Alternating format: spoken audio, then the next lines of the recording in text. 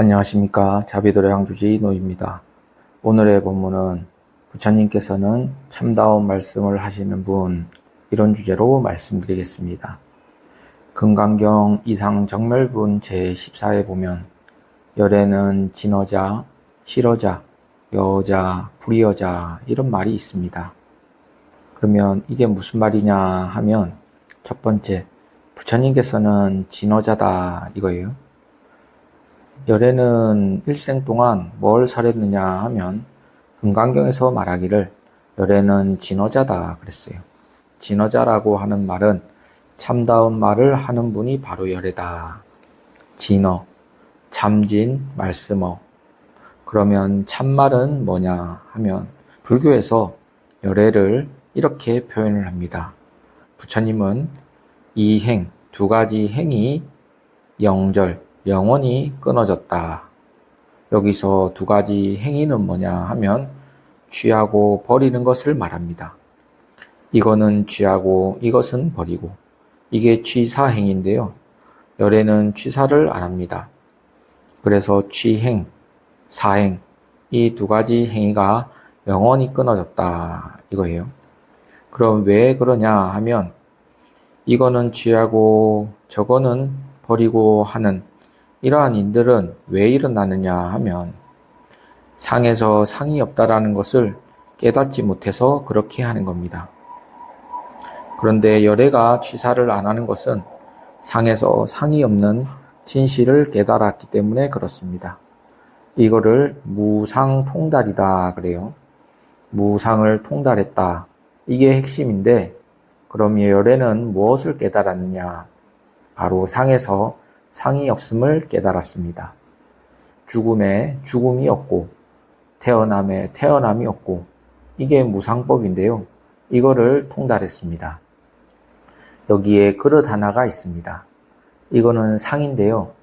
이 그릇으로 보면 상이지만 이것을 무상으로 보는 것은 이 반야지혜입니다. 이 그릇을 인식하고 분별하는 것을 의식 분별이라고 하는데 이런 어려운 말을 좀 계속하면 지겨우실 것 같고 아무튼 의식 분별로 보면 이것은 그릇이고 상입니다. 그런데 반야지혜로 이거를 보게 되면 이것은 무상이에요. 즉 상이 없는 겁니다. 그래서 무상 통달을 하면 생사해탈을 한다 그래요. 생사에 생사가 없습니다. 그런데 이 무상법을 몰라서 이 상에 속아서 속는 걸 미혹이라고 하거든요. 이 상에 속아서 온갖 고생을 다 하는 겁니다. 아주 재미있는 비유가 있는데요. 사랑이 좋아서 따라가 보니 나중에는 눈물뿐이더라.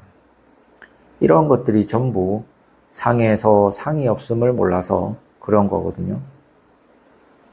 젊음이 오래 가는 게 아닌데 무조건 축자 사자 쫓아가다 보니 며칠 있으면 그 젊음도 없고 기쁨도 없고 이렇게 되는 거죠. 이렇게 하는 거를 생사윤회라고 합니다. 그런데 상에서 상이 없는 거를 깨달으면 생사해탈이에요. 그래서 상에서 상이 없는 걸 반야로 본다 이렇게 얘기를 하고요. 반야지혜로 본다. 생각으로는 분별하고 반야로는 경공을 합니다. 이 공을 봐요. 이 공이라고 하는 것은 불생불멸이거든요. 반야로 딱 보면 불생불멸인데 의식 분별로 보면 저거는 형상이다. 그래서 중생은 형상만 보지 공을 못 봐요. 그러면 그 공을 보면 거기에서 뭐가 생기느냐 하면 열의 10가지 지혜가 생깁니다. 이거를 심력이다 그래요. 열십자, 힘력자.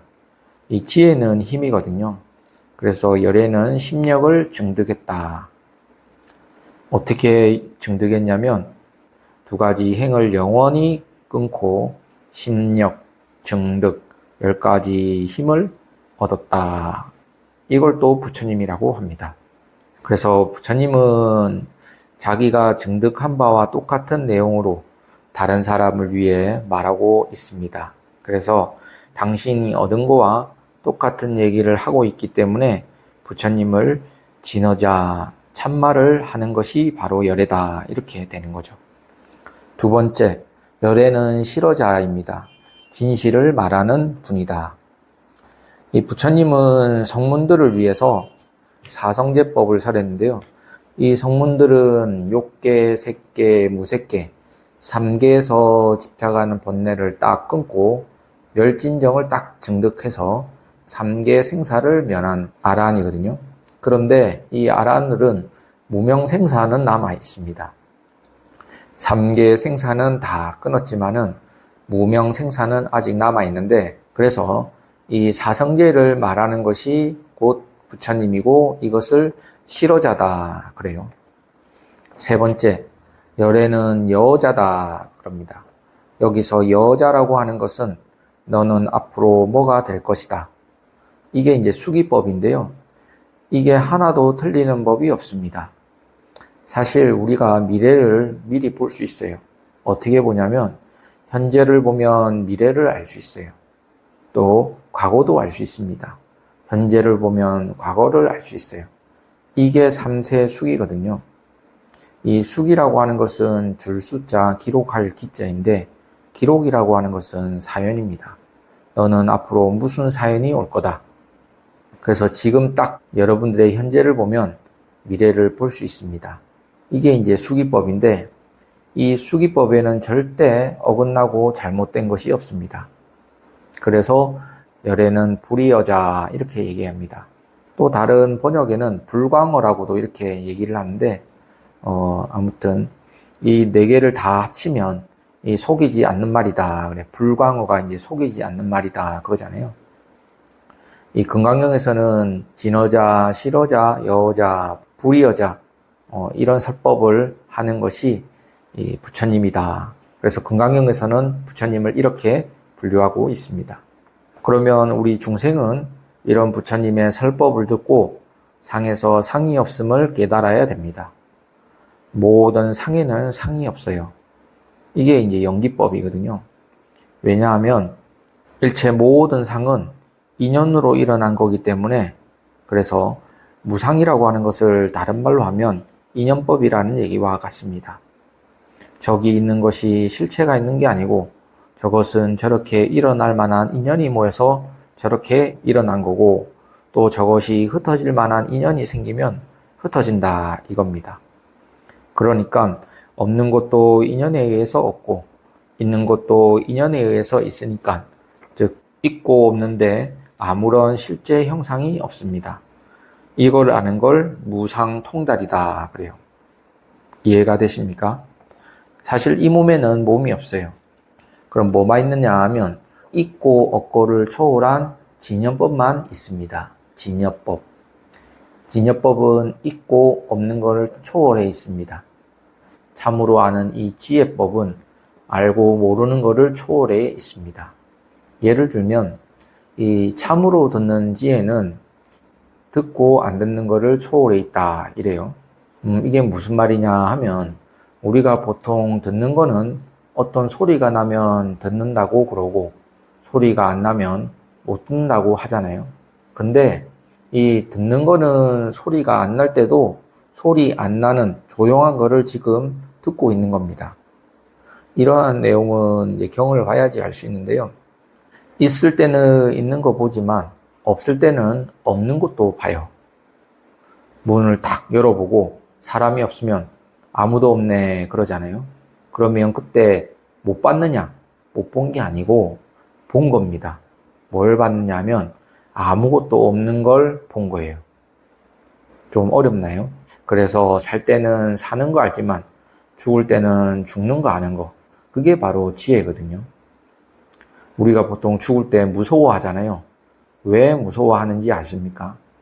그 죽는 것이 무슨 이상한 걸로 보니까 무서운 거예요. 사실 사는 거하고 죽는 거하고 똑같거든요. 사는 것도 인연에 의해서 살고 죽는 것도 인연에 의해서 죽는데, 단 거기에 변함이 없는 것, 살 때는 사는 거 알고 죽을 때는 죽는 거 아는 거, 또 있을 때는 있는 거 알고 없을 때는 없는 거 아는 거, 그게 바로 이제 진여, 우리의 참 지혜다 그래요. 그게 이제 불생불멸, 불구부정, 부중불감 이렇게 얘기를 하는데 이거는 죽어도 죽는 게 아니고 살아도 사는 게 아니다. 그래서 같은 여자를 두 개 써서 여여다 그러는 거죠. 여여. 또 우리의 참지에는 상견, 항상 봐요. 보잖아요. 없는 것도 볼 수 있고 있는 것도 봅니다. 이게 상견. 그게 이제 항상 어디에 법계에 머문다. 이 도리를 아는 것이 바로 깨달음입니다. 좀 어려운 말로 이 참다운 진여법이라고 하는 것은 여여상견 상주법계 이거를 증득하고 있으면 생사거래라는 것, 즉 생과 사가 오고 감이 저 허공의 뜬구름과 같은 겁니다. 뜬구름은 왔다 갔다 하지만은 허공은 아무런 상관이 없잖아요. 그러니까 문제는 인생이 왜 괴로우냐 하면 이 상에서 상이 없다라는 것을 못 깨달아서 그렇습니다. 그러면 어떻게 하면 깨닫느냐? 아주 간단해요. 마음을 딱 그칩니다. 그치면 조용해져요. 그렇게 되면 상에서 상이 없는 게 환하게 보입니다. 이게 뭐와 같으냐 하면 인생 괴로움이 이 뭐와 같으냐 하면 이 맑은 물에 먼지 섞인 거와 같은 건데 맑은 물에 먼지가 섞이면 어떻게 되나요? 물이 탁하고 안 좋아지잖아요. 그러면 그 물을 맑히려면 어떻게 해야 돼요? 이거는 흔들면 안 되거든요. 가만히 놔두면 됩니다. 이거를 한자로 지수라고 합니다. 그칠지 물수, 그친 물이다. 물을 흔들지 말고 그쳐서 놓으면 먼지가 아래로 싹 가라앉잖아요. 그 상태가 바로 마음을 딱 챙기는 건데 조용히 챙기다가 또 막 움직이면 다시 시끄러워지고 흙탕물이 되는 상태인데 거기서 조용히 가만히 놔두면 먼지가 싹 가라앉잖아요. 그러면 이 먼지 흙가루가 가라앉으면 가라앉은 흙먼지는 부피가 아주 작아집니다. 그게 무슨 말이냐 하면 이 신경질이 자꾸 줄어들면 그게 공부가 됐다라는 거와 같아요. 이 신경질이 왜 나느냐 하면 상에서 상이 없는 걸 몰라서 나는 거거든요. 지 마음대로 얻으면 그게 좋을 것 같지만은 인간은 물질이 아니라 생각이기 때문에 자기가 원하는 걸 얻어봐야 금방 또 싫어집니다. 이 중생은 이거를 모르는 거예요. 근데 이걸 알아도 못 벗어납니다. 또 몰라서 못 벗어나고. 그래서 이 점점 가라앉은 먼지 가루가 줄어들면 웬만해서는 화도 잘 안 나고 걱정도 안 합니다. 그런데 갑자기 누가 칼을 들고 와서 목을 벤다고 그럴 때는 이 화가 또 나거든요. 그건 흙먼지가 밑에 가라앉아 있는 거와 같은 거예요. 이 완전히 안 없어지고 아직 흙먼지가 있다 이 말입니다. 그러면 그 다음에 이 맑은 물과 흙먼지가 이게 분리가 되어 있잖아요. 그런 상태에서 맑은 물만 딱 따로 덜어내서 그 흙덩어리를 흙먼지를 완전히 버리면 이제 어떻게 되느냐? 완전히 깨끗한 물, 정수가 됩니다. 깨끗할 정자 물수. 이 정수가 되면 아무리 흔들어도 전혀 더러운 게 올라오지 않습니다. 이 상태가 이제 부처님의 상태예요. 그래서 이 마음 공부는 명경지수와 같이 하라 이런 말이 있습니다. 이 지수는 물을 그치다라는 거고요. 그치는 건데 사실 마음 공부에는 다른 방법이 없습니다. 생각을 딱 그치고 앞에 뭐가 보여도 인상을 쓰고 쳐다보지 말고 눈을 딱 감고 뭐 하지도 말고 그냥 그치고만 있으면 되는 겁니다. 이게 바로 지수예요. 그친 물이다. 그 다음 명경이라고 하는 것은 깨끗한 거울인데요. 그 거울에 뭘 덮지도 말고 묻히지도 말고 그대로 놔두면 밝은 거울이잖아요. 거기다가 먼지 하나라도 붙이면 그것은 명경이 아니에요. 그냥 아무것도 붙이지 말고 또 가리지 말고 그대로 놔두면 그게 바로 명경, 밝은 거울입니다. 그래서 마음에도 좋은 생각이든지 나쁜 생각이든지 과거 생각이든지 현재 생각이든지 아무것도 거기에다가 들러붙게 하지 말고 또 덮어 씌우지도 말고 쫓아가지도 말고 딱 그치면 밝은 거울처럼 환하게 나타나서 그 그친 물처럼 맑아집니다. 그래서 이거를 명경지수라고 그래요. 근데 어떤 사람은 이 그친 물을 이 명경에다가 물 뿌리는 거라고 하는데 이것은 아닙니다. 이 깨끗한 거울에 물을 뿌리면 안 보이거든요. 그래서 이 부처님께서는 덕안히 앉아서 눈을 뜨지도 않고 또 감지도 않고 감아서 뭘 피하는 것도 아니고 떠서 뭘 쫓아가는 것도 아니고 열애의 눈을 그렇게 만드는 겁니다. 감는다라는 것은 피하는 거고 눈에 인상을 쓰고 불을 켜는 것은 쫓아가는 거거든요. 그런데 이 상에서 상이 없는 무상 통달을 떡 증득하고 나면 피할 곳도 없고 쫓아갈 곳도 없습니다.